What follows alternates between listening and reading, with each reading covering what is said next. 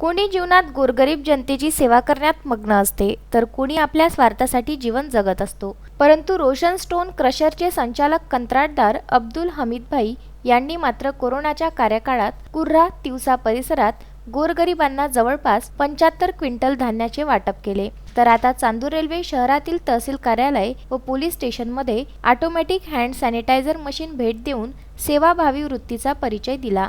तसेच मास्कचे वाटपही केले. चांदूर रेल्वे शहरासह तालुक्यात आतापर्यंत एकूण 5 कोरोना रुग्ण सापडले आहे. अशाही परिस्थितीत कामानिमित्त अनेक नागरिक मुख्यत्वे तहसील कार्यालय व पोलीस स्टेशनमध्ये येतात.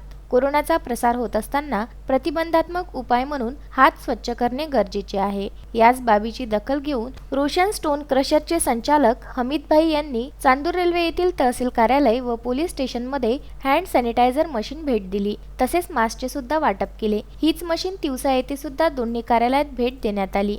या व्यतिरिक्त यापूर्वी धान्याचेही वाटप करण्यात आले होते. नेहमी सेवाभावी कार्यात अग्रेसर राहणाऱ्या अमित भाईंचे कौतुक होत आहे. हँड सॅनिटायझर मशीन भेट देतेवेळी तहसीलदार राजेंद्र इंगळे व ठाणेदार दीपक वानखडे, PSI गणेश मुपडे यांच्या समवेत अब्दुल मतीन भाई, मोहम्मद जुनेद, हमीद भाई यांची उपस्थिती होती.